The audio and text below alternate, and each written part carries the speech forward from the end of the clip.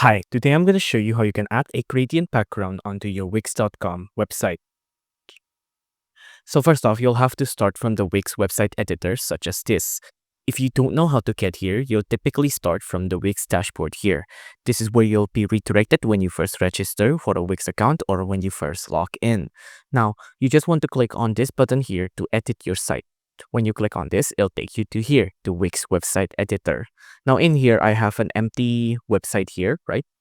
And if I want to edit the background, which is right now only a solid white color, I just have to click on the background and I have to click on this change background.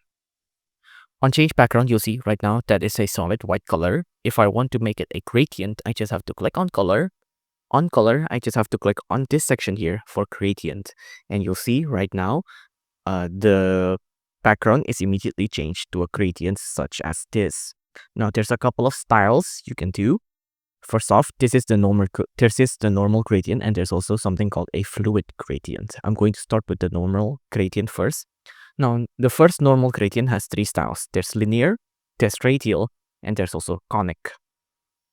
Let's start with linear. On linear, you'll see that there's a tile here, which you can manipulate to see how the colors blend. So for example, the second color will blend from the right, or you can also make it blend from the left, or you can make it blend from the top, or you can make it blend from the bottom.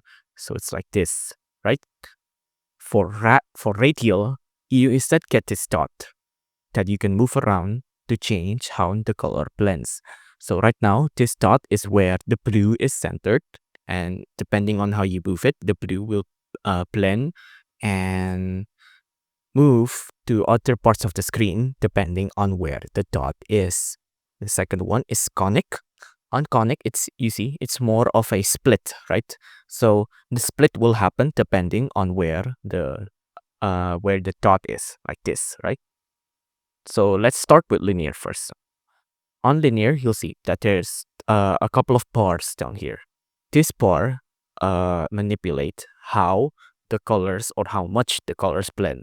If I put it all the way up to the right, it'll just be a solid color. Same thing goes for this other one. It'll just be a solid color if I push it all the way to the left.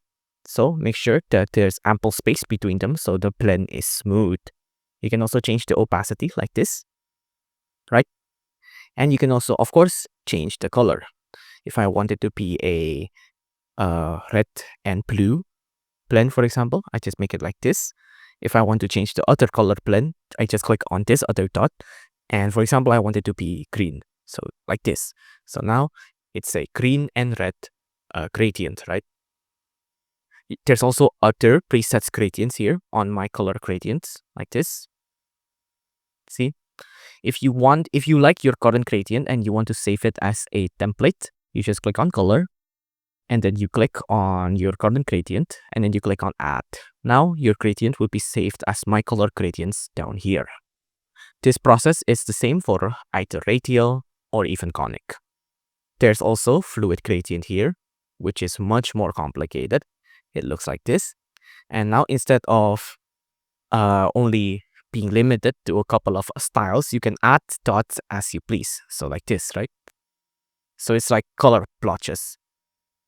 Basically, fluid gradient, you're just free to do whatever you want. So if I want it to be teal here and I want it to be pink here, it looks like this. You can even adjust the size so it's more dominant. You can adjust the spread. You can adjust the color behind the gradient. And there's also a couple of presets here that you can play around with, just like before.